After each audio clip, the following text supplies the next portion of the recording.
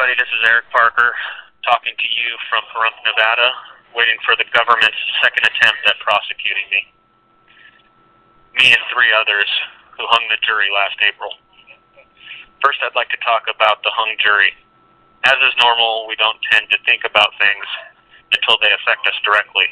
With that in mind, the government's ability and self-appointed right to retry someone as many times as they want to, seems to me in direct opposition to the alleged nature of our system. As I moved through this process, the questions started immediately, first of which was while the judge was reading the verdict. If a jury can't agree on a man that a man is guilty of an alleged crime, doesn't that mean there was doubt? Furthermore, we take majority rule in almost every aspect of our system. That is within the confines of the state and federal constitutions. But in this case, it's simply called a draw.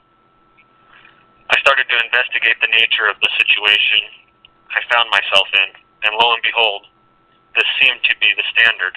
Unanimous to convict, unanimous to acquit. If it's not unanimous, a mistrial is declared, and the government gets another whack at it. This process seems a lot like a violation of the Fifth Amendment, though I hesitate to even bring it up, knowing full well the weight given to the Bill of Rights by the judiciary. The other side of that coin is, if it's our fate to exist in a banana republic, then the only answer I see is to expose the hypocrisy. So the Fifth Amendment. No person shall be subject for the same offense to be twice put in jeopardy of life and limb, or as it's more commonly known, double jeopardy. Anyone found in the same situation I find myself in today is definitely twice at risk. So when you're writing letters or emails, don't forget to add double jeopardy to the laundry list of violations and the unjust practice of mistrial declaration of a hung jury. Remember, the majority found us not guilty. This call is from an inmate facility.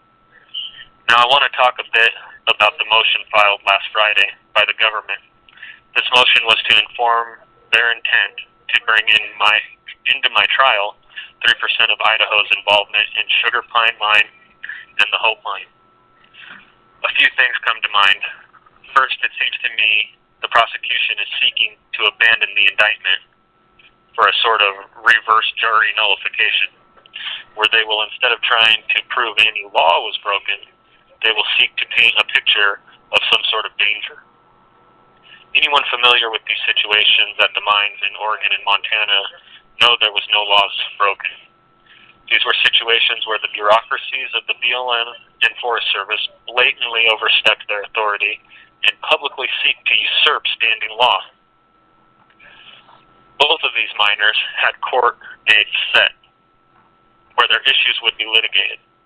Both situations, the bureaucracies set out to take action against the miners before their court dates.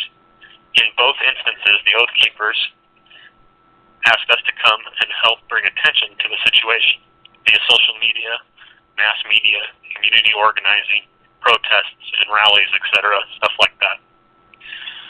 We also helped vetting out people who volunteered for private security. These volunteers watched over private property until the prospective court dates. The private security was always given an objective to document first, and to stand aside should law enforcement show up with a warrant or court order. I found the best way to draw attention to these situations was to go to these places and jump up and down and say, hey, look over here, look over here.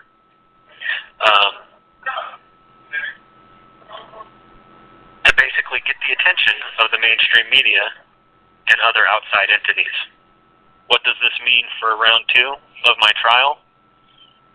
Most likely a few inflammatory Facebook posts and another picture or two of people exercising their Second Amendment.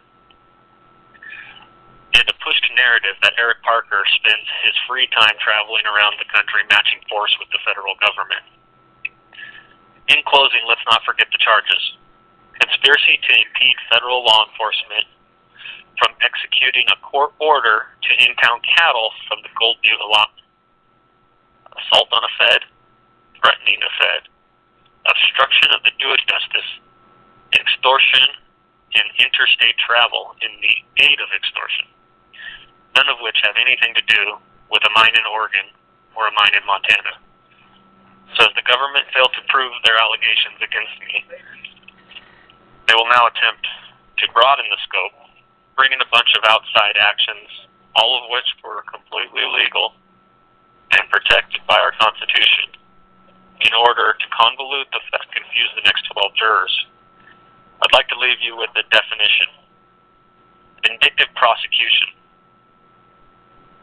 A prosecution in which a person is singled out because a person has exercised a constitutionally protected right. So round 2 starts end of June. See you at the circus.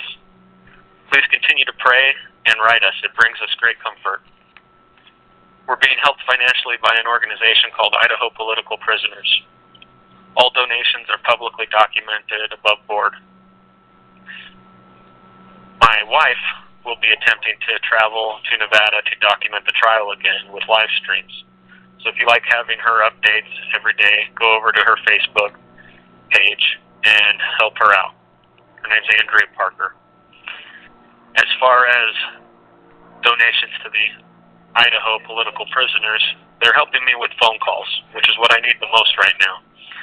I have to be calling these possible witnesses and reforming my game plan to involve these other situations.